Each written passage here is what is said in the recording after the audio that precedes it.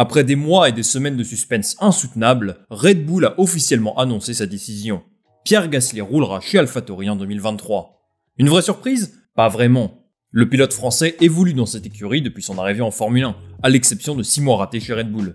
Et depuis son départ de Red Bull, on a affaire à un nouvel homme.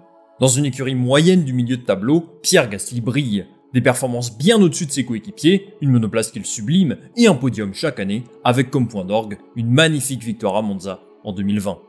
Ce niveau affiché par Gasly chez AlphaTauri laisse rêveur ses plus fervents supporters.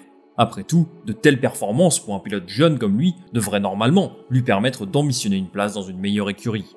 Seulement voilà, depuis 2019, Pierre Gasly est bloqué dans une sorte de no man's land dont il ne semble pas pouvoir sortir. Le marché des transferts est bouché, il y a peu de perspectives d'évolution dans les autres écuries, et du côté de Red Bull, Sergio Pérez et Max Verstappen sont très difficiles à déloger. Gasly a donc prolongé son aventure chez AlphaTauri d'une saison, un choix de stabilité, mais aussi un choix par défaut. Alors le cas de Pierre suscite beaucoup de critiques chaque année, surtout envers Helmut Marko et Christian Horner, et beaucoup aimeraient le voir quitter le géant Red Bull pour tester ses qualités dans un autre environnement. Mais le choix AlphaTauri est-il finalement un si mauvais choix que ça?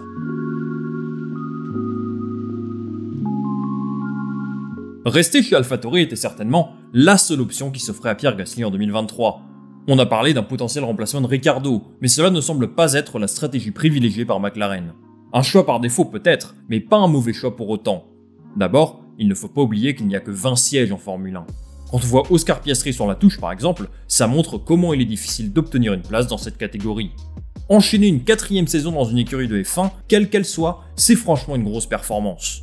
Chez AlphaTauri, Gasly est en train de devenir le pilote le plus prolifique de l'histoire de l'écurie. Il est celui qui a disputé le plus de courses, celui qui a marqué le plus de points, et celui qui s'est invité le plus de fois sur le podium. Gasly est donc le meilleur pilote de l'histoire d'AlphaTauri Toro Rosso. Ça ne vaut peut-être pas une promotion chez un top team, mais je trouve que ça a quand même une certaine classe d'avoir ce statut. Ok, c'est pas comme si t'étais le meilleur de l'histoire de Ferrari, mais mine de rien, c'est un privilège que très peu de pilotes ont eu. De par son statut et ses performances, Gasly est le numéro 1 de son écurie, et ça, c'est aussi un privilège. En 2023, dans quelle écurie aurait-il eu l'assurance d'être numéro 1? Chez McLaren, ça me semble vraiment pas évident. Je pense que les pilotes les plus talentueux peuvent s'imposer dans n'importe quelle écurie, mais on parle de 3-4 pilotes sur la grille. Chez AlphaTauri, Gasly évoluera dans une écurie où il a la confiance et le respect de ses ingénieurs. Depuis 2020 et le changement de nom de l'écurie, je trouve qu'ils ont passé un cap, sportivement et médiatiquement. Et ça, c'est aussi grâce à Pierre Gasly. Sportivement, l'écurie italienne évolue avec un pilote confirmé pour la première fois de son histoire. Gasly est le pilote qu'on écoute le plus quand il s'agit de développer la voiture ou d'obtenir un feedback sur des innovations techniques. Être leader incontesté d'une écurie de Formule 1, c'est un statut énorme dont seuls quelques pilotes du plateau bénéficient. En continuant avec AlphaTauri, Gasly fait le choix de la stabilité, et ça peut être un choix payant. C'est la stratégie employée par un bon nombre d'écuries du plateau, comme Ferrari, McLaren, Alpine et j'en passe. En fait, il ne choisit pas seulement la stabilité. Il choisit la stabilité dans une écurie où il est performant, et c'est ça la grosse différence. En 2020 et en 2021, il a affiché un niveau qui lui a permis d'ambitionner un transfert chez une écurie d'un plus gros calibre, et ça, il ne faut pas l'oublier. Pourquoi est-ce que ça changerait en 2022 et en 2023 ? Un pilote fort qui s'écroule en restant dans la même écurie, surtout dans le midfield, c'est très rare. AlphaTauri est un bon choix pour Pierre Gasly, compte tenu des possibilités sur le marché des transferts. C'est une écurie habituée du midfield, qui est capable de jouer les points régulièrement, et ça peut lui permettre de continuer à se montrer. A mon avis, il vaut mieux faire le choix d'une écurie de milieu de grille relativement compétitive, plutôt que de tenter un transfert dans une autre écurie et n'avoir aucune garantie. Prenons un exemple. Daniel Ricciardo est allé chez McLaren, mais se fait détruire par Norris depuis 1 an et demi. Que peut espérer Ricciardo à la suite de cette expérience? Je doute qu'un top team vienne se positionner sur lui. En restant chez AlphaTauri, Gasly sécurise quelque part son futur, en choisissant une écurie qu'il connaît par cœur et où il est certain d'être mis dans les meilleures dispositions pour réussir. Je suis donc plutôt satisfait que Pierre Gasly continue l'aventure dans son écurie. Par contre, le véritable enjeu pour lui et pour beaucoup d'autres pilotes, ce sera la saison 2024.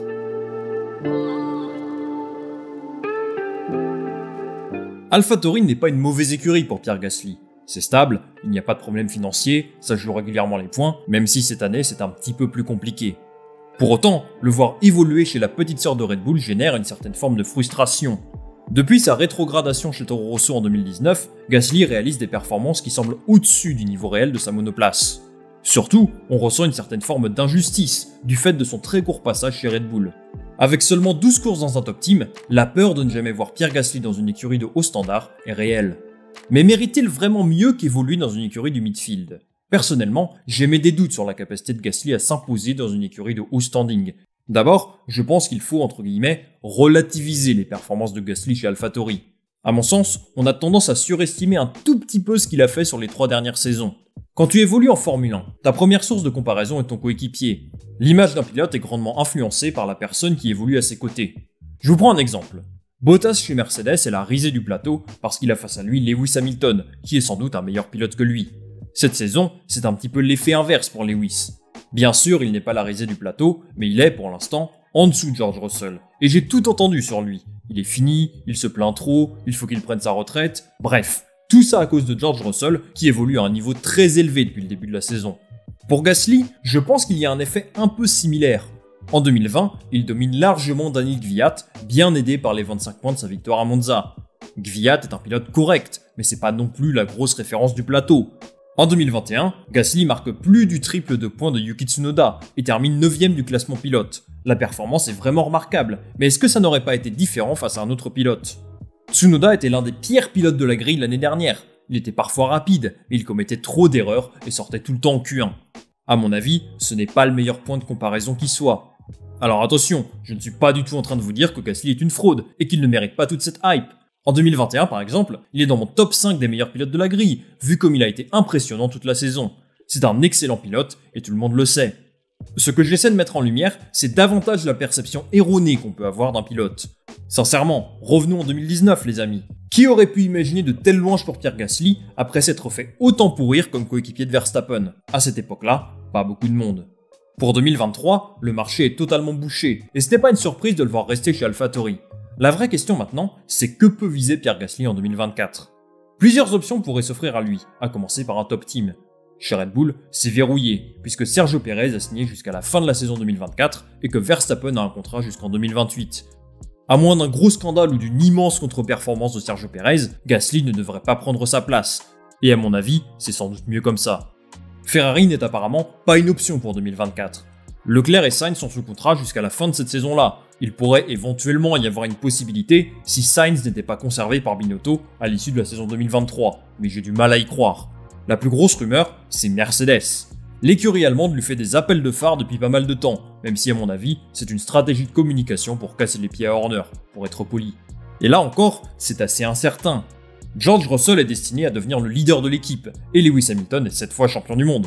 Son contrat court jusqu'en 2023, et c'est lui qui décidera s'il continue ou pas. S'il part à la retraite, ce qui n'est vraiment pas sûr du tout, Pierre Gasly serait sûrement en haut de la liste pour accompagner Russell en 2024. Il a donc une seule opportunité d'évoluer dans un top team, et ce serait comme deuxième pilote chez Mercedes. Au vu du niveau de Russell, protégé de Toto Wolff et de Mercedes, j'ai du mal à imaginer Gasly venir le déloger de sa place de pilote numéro 1. Mais qui sait, le challenge peut être intéressant. Restent alors des projets dans des écuries du midfield. Alpine n'a pas besoin de regarder ailleurs, vu les pilotes de qualité qui sont dans son écurie. Alfa Romeo vise d'autres pilotes, et Williams et Haas sont des régressions par rapport à AlphaTauri, donc je pense pas que ce soit ultra intéressant pour lui. Reste alors McLaren et Aston Martin, qui pourraient offrir à Pierre Gasly un projet intéressant en 2024. Chez McLaren, Gasly serait face à Lando Norris, et ça peut être un duel intéressant tant les deux pilotes sont talentueux. Norris est le bébé de l'équipe, et tout tourne autour de lui, alors je serais curieux de voir comment Gasly s'en sort dans ce genre d'environnement. Quant à Aston Martin, tout va dépendre de ce que décide Sebastian Vettel. S'il venait à prendre sa retraite en 2024, il ferait bien de créer un projet cohérent et ambitieux autour de Gasly. Mais le problème, c'est qu'ils ont Lance Stroll, et que son père souhaite que ce soit lui la figure de proue d'Aston Martin. Malgré ça, je pense que ça peut être le projet le plus intéressant pour lui, mais seulement si Aston Martin réussit à bien développer sa monoplace. Alors tout ça pris en compte, je pense qu'on peut maintenant répondre au titre de cette vidéo. Pierre Gasly mérite-t-il mieux qu'AlphaTauri? À cette question, évidemment, la réponse est oui. Un pilote aussi fort dans le midfield devrait avoir une opportunité dans le haut de tableau, comme Sergio Pérez a pu l'avoir par exemple. Malheureusement, il n'y a que très peu de place. Après, partir pour partir, moi personnellement je ne suis pas super chaud. Gasly doit tirer parti de sa bonne forme dans le midfield avec AlphaTauri pour faire le bon choix plutôt que de saisir n'importe quelle opportunité. Quoi qu'on puisse dire de l'environnement Red Bull, ils lui ont offert la possibilité de montrer toutes ses qualités malgré son échec avec l'écurie mère. Son contrat avec Red Bull se termine à la fin de l'année prochaine et c'est à ce moment-là qu'il devra prendre la décision la plus importante de sa carrière. Si je devais choisir à sa place, j'irais dans une autre écurie du midfield avec un projet cohérent et basé sur lui, comme a pu le faire Valtteri Bottas chez Alfa Romeo. Un top team, sur le court moyen terme, c'est bloqué par des pilotes très performants. Les opportunités ne sont pas légion, et il se peut que Gasly reste également chez AlphaTauri en 2024. À mon sens, ce n'est pas une mauvaise chose non plus. Cependant, si l'opportunité Mercedes apparaît, je pense qu'il doit la saisir. On n'a pas tous les jours la chance d'évoluer dans une écurie de haut de tableau, et ça, Gasly en a conscience plus que n'importe qui d'autre. L'opportunité de jouer la victoire, et pourquoi pas un titre de champion du monde, ne se refuse pas. Je ne parle volontairement pas des écuries qui souhaitent faire leur entrée en Formule 1, comme Audi, parce qu'elles devraient rejoindre la F1 à partir de 2026 et qu'il y a encore pas mal de flou sur ce sujet. On y consacrera une vidéo bientôt. Pour moi, Gasly doit s'armer de patience. S'il continue à être performant dans le midfield, sa cote de popularité restera au même niveau, et les opportunités d'évoluer plus haut viendront, j'en suis convaincu. Peut-être pas en 2024, ni même peut-être en 2025, mais à seulement 26 ans, il lui reste de belles années en Formule 1.